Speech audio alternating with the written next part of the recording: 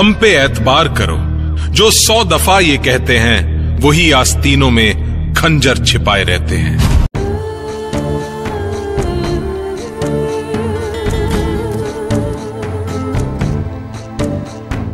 और मैं ले चलता हूं आपको उस पुलिस स्टेशन में जहां पुलिस को पूरी उम्मीद थी कि आरटीआई एक्टिविस्ट साबिया रहमान के इस सनसनीखेज हत्याकांड का रास्ता सत्ता के इस गलियारे से ही होकर जा रहा है। पर सवाल था कि कल तक जिस स्टेट पुलिस पर सत्ताधारी नेताओं के इशारे पर चलने का इल्जाम लगता रहता था, आज वही पुलिस प्रदेश की सत्ता के टॉप पर बैठे इन्हीं नेताओं से सवाल कर पाएगी।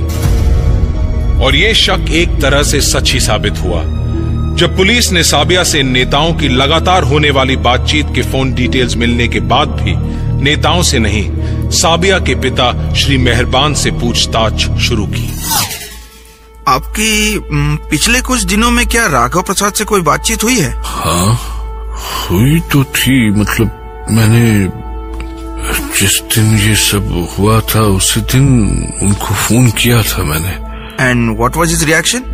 वो सुन के एक दफा को तो वो बिल्कुल खामोश हो गए थे। अच्छा, तो वो आपसे घर पर मिलने नहीं आए? नहीं, मिलने तो नहीं, आए थे। उसी शाम को अपने कुछ साथियों के साथ आए थे। बहुत दुखी लग रहे थे वो भी। ठीक है। आगे जरूरत हुई तो आपको फिर से तकलीफ दूंगा। अभी तक हुई पुलिस इंक्वायरी में सामने आया कि साबिया के कई सीनियर ऑफिसर्स और पॉलिटिशियन से गहरे संबंध थे और ये बात पुलिस के लिए एक रास्ता खोल रही थी।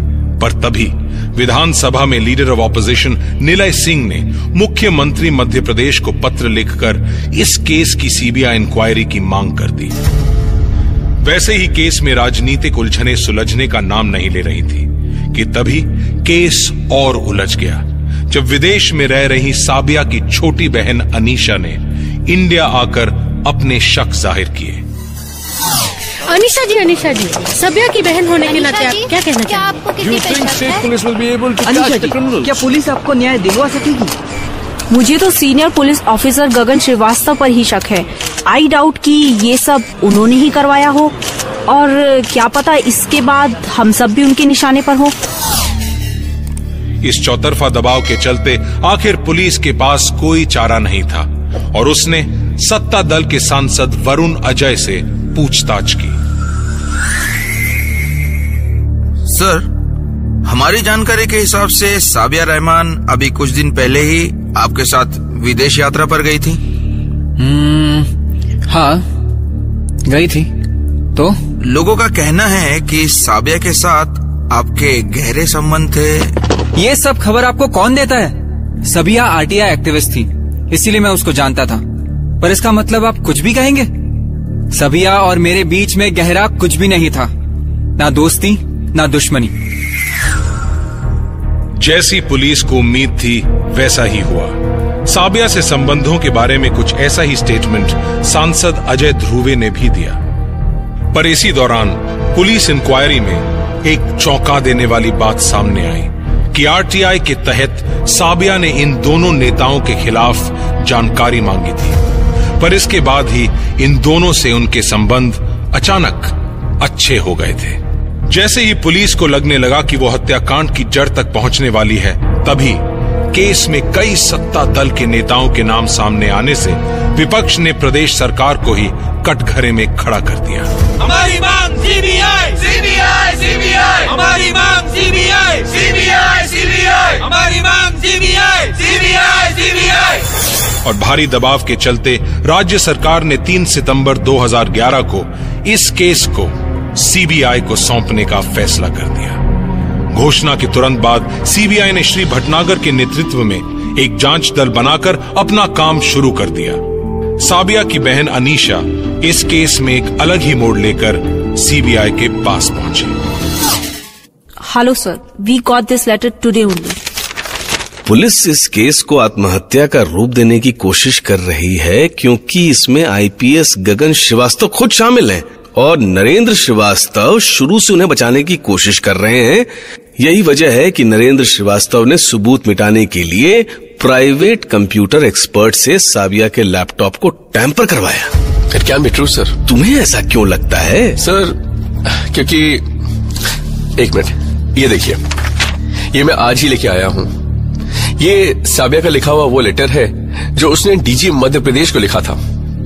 देखिए, इसमें साफ साफ लिखा है कि आईपीएस गगन श्रीवास्तव उसे धमका रहे हैं और शायद इसीलिए उसकी जान की रक्षा की जानी चाहिए।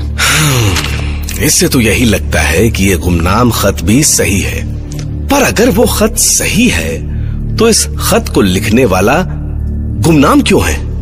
कहीं ऐसा तो नहीं कि कोई हमें डिस्ट्रैक्ट करने की कोशिश कर रहा है?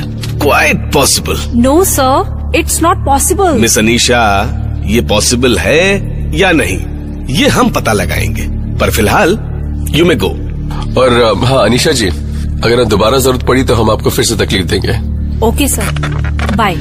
सर, 2005 में गगन श्रीवास्तव पुलिस के अधीक्षक थे और तब साबिया ने कई बार हायर ऑफिशियल से उनकी कंप्लेन भी की थी। और इसी बात का फायदा उठा के कोई जानबूझ के केस उलझा रहा है। Possible sir, quite possible. मेरे ख्याल से हमारे काम करने का ये एंगल ज्यादा सही है। और सर, ऐसा लगता है कि वो साबिया के काफी करीब था और इसीलिए वो इन बातों को बेखूबी जानता था। 100%। और अब जब उसे लग रहा है सीबीआई कभी भी उस तक पहुंच सकती है तो वो हमें गुमराह करने की कोशिश कर रहा है। ये उसकी छटपटाहट है, इसलिए यही उससे पकड़ने का सही समय है। Go and find him out. पता करो कि और कौन है जो साबिया के बहुत करीब था and who is still out of our radar. CBI के सामने पहेली थी कि साबिया ने पर्यटन विकास निगम में आरटीआई की 3 एप्लीकेशंस दी थी। और कमाल की बात तो यह थी कि साबिया ने ही खुद कुछ ही दिनों में ये तीनों एप्लीकेशंस विथड्रॉ भी करवा ली। तो क्या ये एप्लीकेशंस वापस लेने के लिए साबिया पर किसी तरह का कोई दबाव था? पर सीबीआई की क्राइम ब्रांच की गाड़ी भी इसके आगे नहीं बढ़ी और सुराग देने वाले को 10 लाख इनाम घोषित किया गया। तब 17 फरवरी 2012 को आयुषी तलवार हत्याकांड के जांच अधिकारी केएल नेगी को इस केस का जांच अधिकारी बनाकर भेजा गया।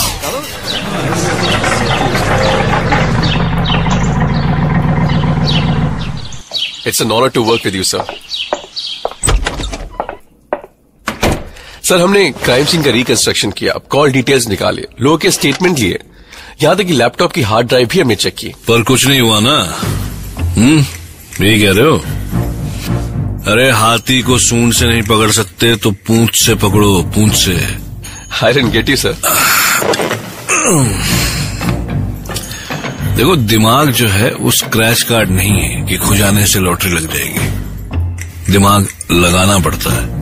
अब तक जो कुछ किया है तुमने वो सब भूल जाओ। You mean? Yes, I mean what I say. जो कुछ तुमने अब तक किया है जस्ट फॉरगेट इट। और उन शूटर्स का पता लगाओ जो सुपारी लेते हैं और जिनका भोपाल में अक्सर आना जाना लगा रहता है। Getting me?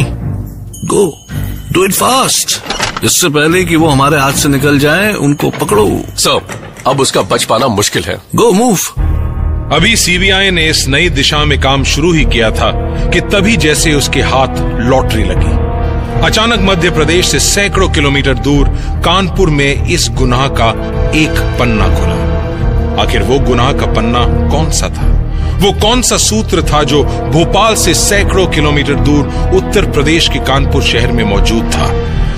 तो क्या साबिया के कातिल कानपुर से आए थे या ये अभी एक बार फिर से सीबीआई को गुमराह करने की कोई चाल थी? आखिर साबिया के शातिर कातिल अभी तक सीबीआई जैसी संस्था की नजरों से दूर कैसे थे? देश को दहला देने वाले इस हाई प्रोफाइल मर्डर की दास्तान का शेष भाग हम लेकर आएंगे कल।